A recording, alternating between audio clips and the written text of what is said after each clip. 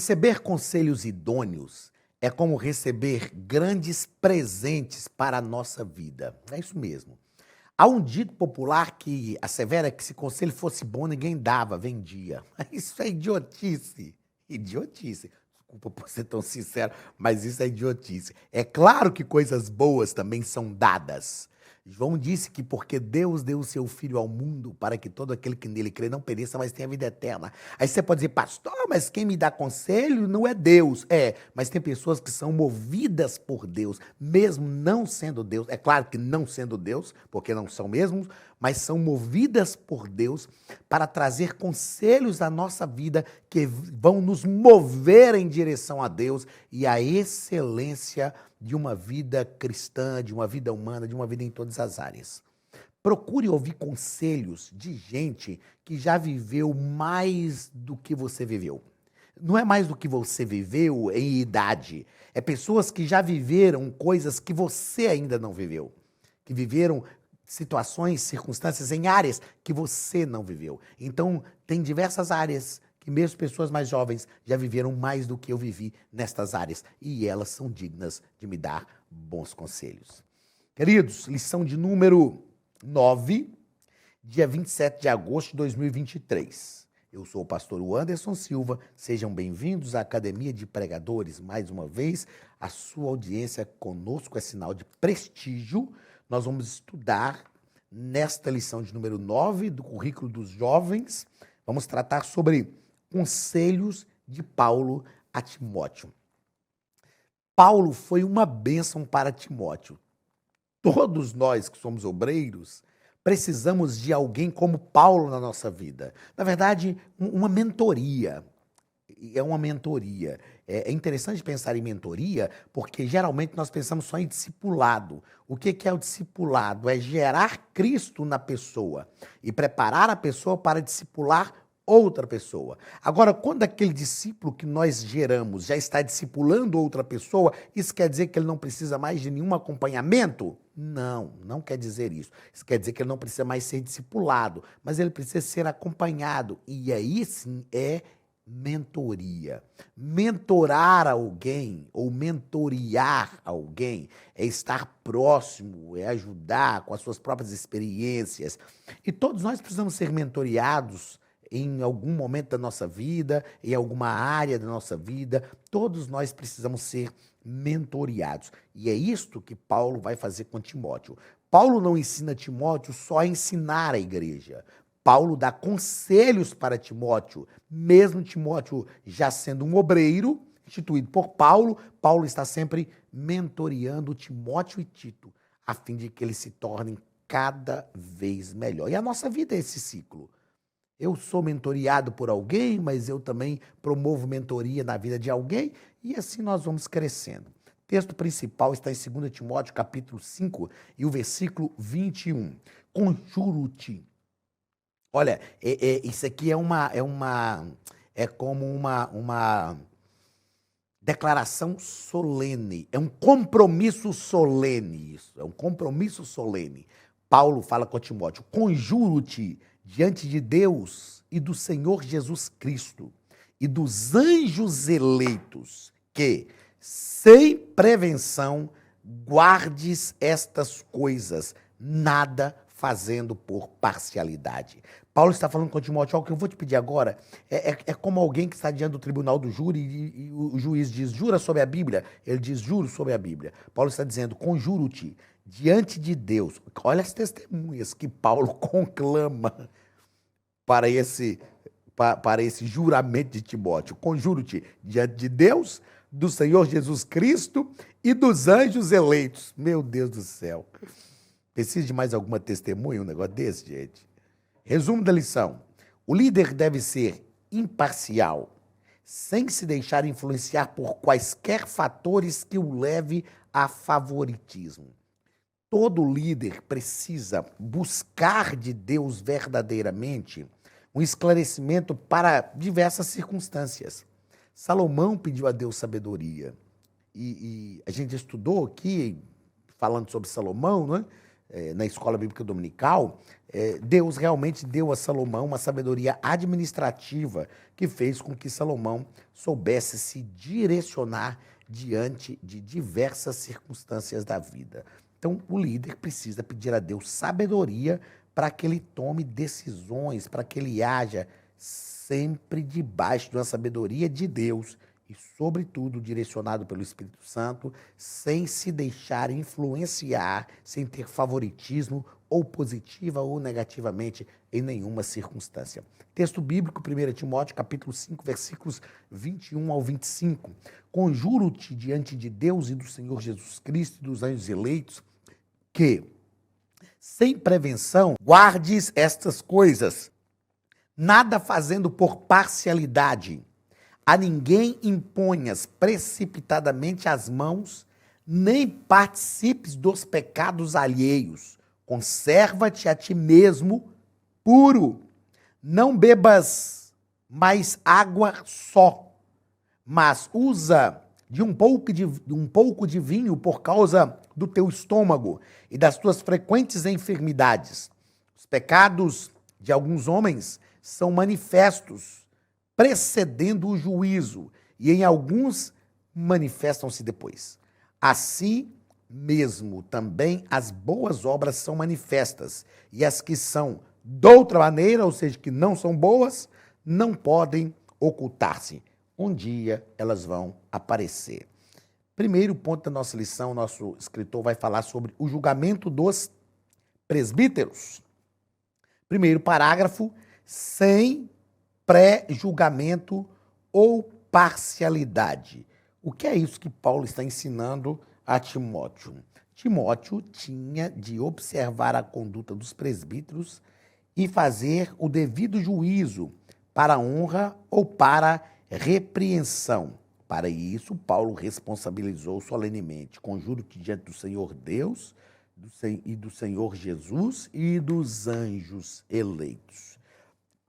Paulo está dizendo para Timóteo o seguinte: olha, você é responsável por resolver problemas, por fazer uma análise da vida de obreiros, de líderes. Então, examina isso. Não tem um pré-julgamento, não tem uma parcialidade. Na verdade, gente, nós precisamos entender que em toda e qualquer circunstância da vida, nós estamos sofrendo, ou não vou colocar sofrendo, né, para não ficar algo pesado, nós somos alvo de julgamento. Somos alvo de julgamento. Tem gente que não gosta de ouvir isso, mas é a verdade. Quando você está em análise para uma vaga de emprego, você é alvo de julgamento. Quando você presta vestibular, o que é isso? Alvo de julgamento. Eles estão julgando para saber se você tem o conhecimento necessário para aquilo. Quando você está andando pela rua, as atitudes que você tem, quando você vai tirar CNH, Carteira Nacional de Habilitação, nós somos alvo de julgamento. O tempo inteiro somos alvo de julgamento. Embora tem gente que não goste, mas o tempo inteiro somos alvo de julgamento. Aí Paulo está falando com Timóteo: não faça pré-julgamento, não seja persuadido por circunstâncias que não sejam verdadeiras. Então, observe esse camarada. Ah, mas não tem mais. Observe primeiro. Às vezes a gente tem que ter paciência. Às vezes o camarada errou uma vez, duas, três vezes. Aí tem gente que fala: pastor, corta a cabeça desse cara. Não, aguarde, espere. Porque talvez foi só uma falha. Às vezes é um problema, uma circunstância, uma situação que a pessoa está atravessando. Aquilo ali não fala da essência da pessoa. Aí a gente vai perceber que Paulo fala sobre isso também. O tempo vai manifestar verdadeiramente o que a pessoa é.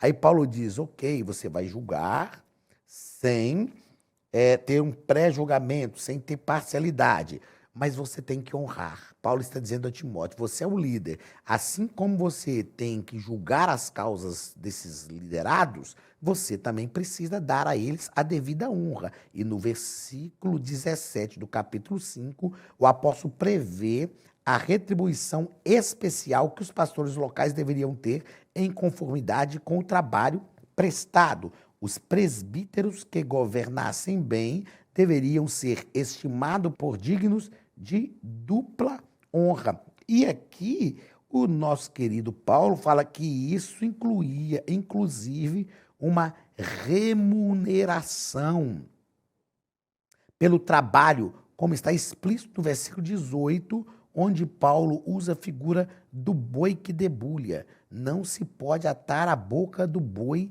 que debulha. Ele já havia dito isso também à igreja de Corinto. Ele fala, olha, aquele que vive do altar, que coma do altar, aquele que trabalha pela obra, que receba ali a digna contraproposta daquilo que ele fez. É claro que a gente não faz pelo dinheiro, mas ele está falando de sustento financeiro, de recurso financeiro. Ele está falando sobre isso. Ele vai falar, inclusive, né, e não é puxando brasa para minha sardinha, a mim que sou o ensinador e pregador da palavra, ele fala, inclusive, tá aí, ó, sobre o reconhecimento deveria ser maior ainda para os presbíteros que trabalhassem na palavra e na doutrina, ou seja, pregando e ensinando as escrituras. É claro que a gente não faz isso por dinheiro. A gente não faz, mas é uma forma de reconhecimento. Eu não tenho dificuldade de falar desses aspectos financeiros em relação à minha vida ministerial. Não tenho. Primeiro, porque eu tenho consciência tranquila. Segundo, porque eu trabalhei quase 30 anos na Polícia Militar de Minas Gerais e me aposentei como oficial da Polícia Militar. Terceiro, porque eu nunca prego por dinheiro. Nunca prego por dinheiro. Quarto, porque eu prego em lugares que me dão uma oferta num valor e prego em lugares que me dão uma oferta num valor menor. Porque eu não deixo de pregar porque a igreja não tem condição de me abençoar com uma oferta. E eu trato disso aqui de forma pública. Isso aqui está na rede social, muitas pessoas verão, e quem me conhece, conhece a minha conduta, sabe disso. Mas nós precisamos ter uma disciplina e um equilíbrio nisso aqui. Porque se existem entre nós os mercenários que só fazem por dinheiro, existem os aproveitadores também. E aqui, inclusive, Paulo está falando para os obreiros locais. E eu gosto de deixar muito claro isso aqui. Por que que quando você me convida, eu convido outro pregador para ir na sua igreja, fazer um trabalho e tal, um congresso, você prepara uma oferta, tem um curso com a gente de viagem, de estadia, de alimentação, uma oferta, glória a Deus, isso é digno, não deixe de fazer não, glória a Jesus, isso é bênção para a nossa vida. Mas por que quando você convida um obreiro local para ministrar, você não pode abençoá-lo também? É claro que você não vai ter todo aquele custo que tem com a gente quando a gente chega de fora, mas abençoe o obreiro local também. Convidou o camarada, ele pregou na sua igreja um culto de domingo, é um obreiro local, abençoe ele com uma oferta ali, para ele comer uma pizza com a família dele depois do culto, para ele se sentir também valorizado. Paulo está falando aqui, ó, para Timóteo, para os obreiros locais. É claro que ele não está falando para mercenários. Ele está falando, ó, eu fiz questão de grifar aqui, ó, o presbítero que governasse, os presbíteros que governassem bem, faltou até um S no presbítero aqui, né? Os presbíteros, só um erro de grafia, que não degrine nada a nossa revista, os presbíteros que governassem bem deveriam ser estimados por dignos de duplicada honra. Então, honra esse camarada aí também, meu irmão. Abençoe ele, glória a Jesus. Ó, os obreiros locais vão até me receber com mais alegria agora, quem assistir essa aula aí. Mas, brincadeiras à parte, é algo que eu sempre defendi. Algo que eu sempre defendi. Quando eu trabalhei como coordenador regional de mocidade, que convidava alguém mesmo de perto ali, mesmo alguém da própria regional para pregar, quem trabalhava junto comigo, eu falava, não, vamos tirar uma oferta, vamos abençoar esse camarada. Ele veio, isso é bênção. Um dia um pessoal pediu para eu convidar um pastor amigo meu, que eu posso citar o nome dele, pastor Jander Magalhães. Aí o Jander falou comigo assim, não, antes, vê aí o que vocês puderem me abençoar, beleza. Aí o camarada falou, quanto nós vamos passar de oferta para o Jander? Eu falei, passa tanto, porque geralmente quando a gente convida alguém num congresso assim, é esse valor que passa. Aí o camarada falou, não, antes, mas o Jander é seu amigo, rapaz. Eu falei, bem, o valor de oferta que a gente geralmente passa para um pregador num congresso é tanto. Agora, se você já quer ofertar para o Jander como meu amigo, aí você passa o dobro. Ele falou, mas eu pensei que ia ser menos. Eu falei, não, ele é meu amigo, ué. Se você quer ofertar para o Jander, além de como pregador do nosso congresso, também como meu amigo, aí você dobra a oferta para ele então. Ué, mas é claro, é meu amigo. Tem uns negócios que o camarada chega assim, por exemplo, fala assim, o pastor Jander, um homem de Deus, que não sei o quê. Aí pra que eu vou falar? Não, Jander, não, Jander é meu amigo, isso é da minha cozinha. Não, não, não. Não deprecie a imagem que alguém está fazendo de um obreiro porque ele é seu amigo. Muito pelo contrário, joga ele pra cima. Joga ele pra cima.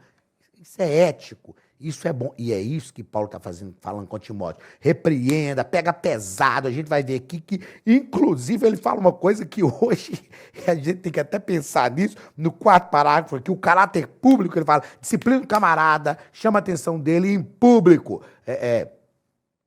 É algo que precisa ser repensado. Isso aqui, Paulo está falando especificamente numa conduta que acontecia lá na cidade de Corinto, os falsos mestres que estavam ali. Nós já estudamos aqui nesse trimestre, os presbíteros que tinham se perdido e se tornaram falsos mestres, né? Então, a gente precisa ter cuidado. Está na sua tela aí, o caráter público. Caráter público. A gente precisa ter cuidado com essa repreensão pública, né? A gente sabe que a psicologia e o próprio Jesus nunca chamou a atenção de ninguém assim em público, né? Jesus sempre teve um cuidado para repreender, a não ser que o camarada dava um vacilo grande, igual Pedro, assim, no meio de todo mundo, aí Jesus fazia correção na hora ali. Então a gente precisa ter um critério para isso aí. Mas nós precisamos honrar as pessoas que estão ao nosso lado.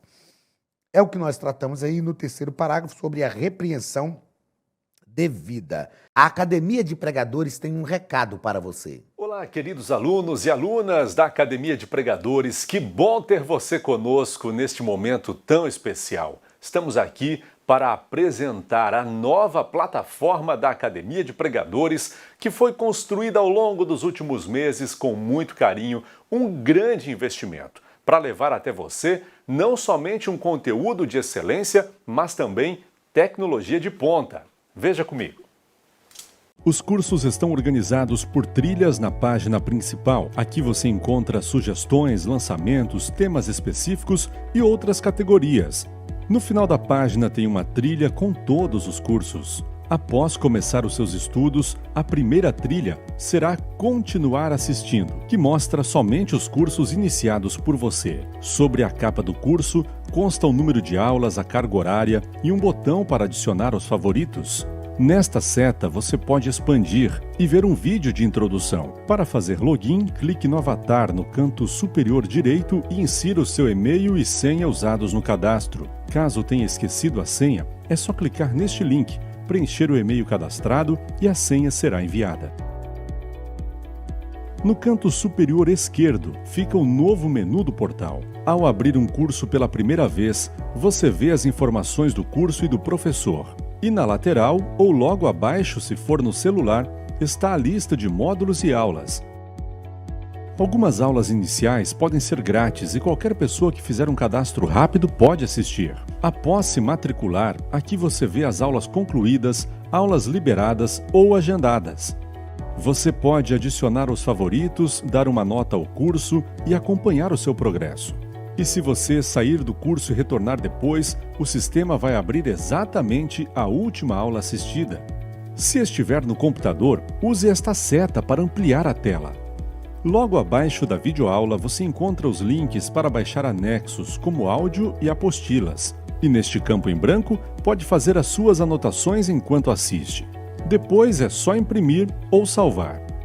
Quando terminar o curso, clique no botão Emitir meu certificado e ele será gerado automaticamente no mesmo instante e sem custo. Clicando no avatar, você tem acesso ao seu perfil e histórico de pagamento. Em Meus Cartões, pode adicionar um novo cartão de crédito para fazer o pagamento do seu plano. Se você já era nosso aluno e seu cartão não aparece aqui, adicione um cartão na nova plataforma. Então aproveite as novidades e clique em Assine Agora. Escolha um dos planos, venha para a Academia de Pregadores, a maior escola bíblica online do Brasil.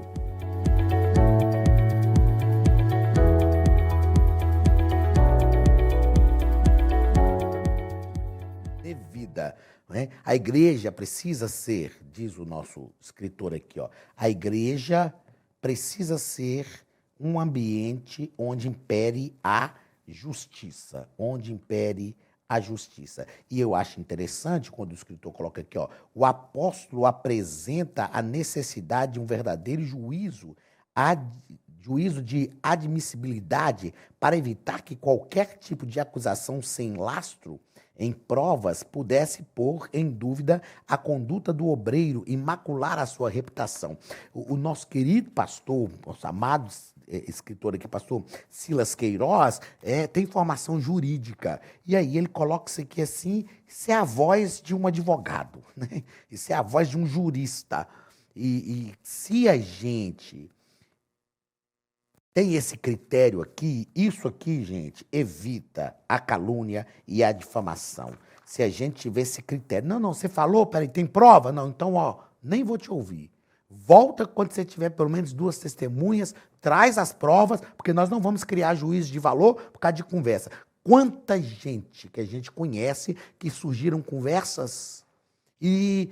não, mas não era verdade. Mas aí uma multidão já criou juízo de valor em relação ao camarada de forma negativa, e é complicado, né? Então, que nós possamos atentar para a voz aqui do pastor Silas Queiroz, que essa é uma voz de jurista. E é claro também, é a voz da consciência, é a voz da prudência, é a voz bíblica, sobretudo. Segundo ponto, a designação de líderes. Primeiro, sem precipitação. Vamos lá rapidinho aqui, porque o tempo agora ficou apertadinho. Primeiro, sem precipitação. Não se forma um obreiro da noite para o dia. Paulo está falando, não sai pôr a mão na cabeça de todo mundo de uma hora para outra, não, Timóteo. Espera. Tudo na vida é um processo, gente. Tudo na vida é um processo. É a sociedade do fast food, imediatista, que quer tudo. Aí Paulo fala com Timóteo, espera um pouquinho, dê um tempo. Vamos ver, deixa esse camarada sofrer a prova, suportar a prova do tempo. Não precipite. No segundo parágrafo, ele fala justamente sobre isso. Ó. Existem pecados que você vê na cara do sujeito, outros não se manifestam com o tempo. Deixa essa pessoa suportar a prova do tempo. A prova do tempo é que vai dizer realmente o que essa pessoa é. E, da mesma forma, ele trata aí no terceiro parágrafo do segundo ponto sobre as boas obras. Ele diz, olha, tem boas obras que estão aqui, mas você tem que ver se essas boas obras que esse camarada está fazendo não é só porque ele está percebendo que ele vai ser consagrado e ele já está jogando com a situação. Vamos dar um tempo para ele, vamos dar um tempo. Por quê? Porque se as boas obras forem realmente a essência dele, elas vão continuar. E, além disso, outras boas obras que nós não vimos de forma imediata vão surgir e nós vamos perceber a essência dele. Por outro lado, se não for a essência, as más obras aparecem. Uma hora a casa cai, não tem jeito, uma hora a casa cai. Por mais que o camarada tente dissimular, mas uma hora o caráter dele grita, fala mais alto e aparece o caráter. Terceiro ponto, um pouco de vinho. Aí aqui, primeiro parágrafo vai tratar da questão da abstinência. A igreja tem uma postura de abstinência total de vinho. O nosso escritor, como um bom hermeneuta aqui, ele mostra que alguns aqui, ó, nesse texto está aí na sua tela, ó, alguns eruditos têm uma dificuldade realmente considerável de lidar com essa situação, porque Paulo está recomendando Timóteo tomar vinho. Aí alguns dizem não era vinho não alcoólico que ele tomava. Outros não era vinho alcoólico. Então, a igreja tem uma postura de abstinência do vinho. Biblicamente falando, eu preciso falar isso com muito cuidado, mas como estudante da Bíblia, como teólogo, biblicamente falando, nós não temos nenhuma restrição total de vinho na Bíblia.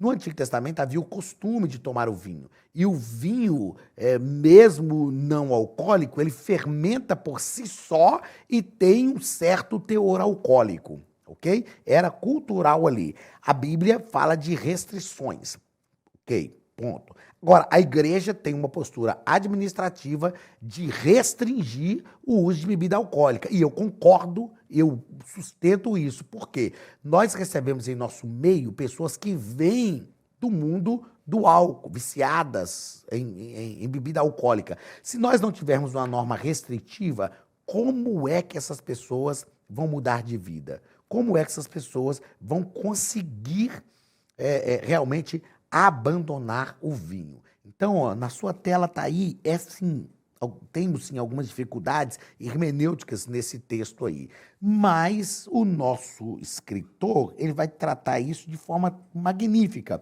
Olha aí na sua tela o segundo parágrafo. Primeiro ele vai falar dos males do vinho.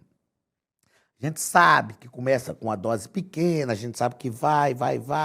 E, infelizmente, existem pessoas que ficam procurando jeito. Mas a Bíblia não proíbe, a Bíblia não fala sobre isso, não sei o quê. Aí eu escrevi aqui o seguinte, ó. Quando nossa mente começa a se prender em questões não relevantes à fé, beber vinho é relevante para a fé cristã? Não. Então, para que a gente vai ficar preso nisso? Por que não pode não beber? Então, quando nossa mente começa a se prender a questões não relevantes à fé, estamos envolvidos mais pelas normas do que pelo relacionamento com Deus. Quer dizer que eu vou fazer só aquilo que a Bíblia fala que sim ou que não? Ou eu vou buscar o relacionamento com Deus? No relacionamento com Deus, nós temos satisfação para não precisarmos nos entregar a diversas coisas, inclusive a bebida alcoólica. E aí, finalizando aqui a nossa aula, o nosso escritor vai tratar sobre as enfermidades de Timóteo. Tudo indica que Timóteo tinha um problema estomacal e ele tinha outras enfermidades, talvez consequência desse problema estomacal ou não, mas, embora jovem, tinha uma saúde um tanto quanto debilitada. O que nós precisamos entender aqui também é que, deixa eu voltar aqui, porque eu passei do ponto que eu queria, é aqui, ó, isso aqui eu quero grifar, porque foi, assim, uma fala magnífica do nosso escritor, é algo que eu já defendo há algum tempo, principalmente nessa questão, se esse vinho que Paulo fala aqui era alcoólico ou não. O nosso escritor, ele diz assim, ó, o texto é absolutamente claro quanto ao propósito do uso do vinho, que era medicinal e não embriagante. Pronto, nós temos aqui uma situação importante. Se era vinho alcoólico ou não, não importa a gente ficar futricando isso, como diz a gente mineiro. O importante era o propósito. Por que Paulo estava falando para o camarada beber um pouco de vinho misturado na água? Por causa de questões medicinais. Assim, se fermentado ou não, não há na recomendação de Paulo mínima margem para interpretar o sancionamento do uso do vinho para fins embriagantes. Pronto. Eu gosto do camarada que é jurista, porque ele trabalha, né, a linguagem de forma a realmente nos persuadir e nos conduzir. É isso aqui, gente. Se era vinho alcoólico ou não, Paulo está falando com Timóteo, bebe um pouco, misturado na água, por causa dos seus problemas de estômago. Não tinha nenhum propósito embriagante.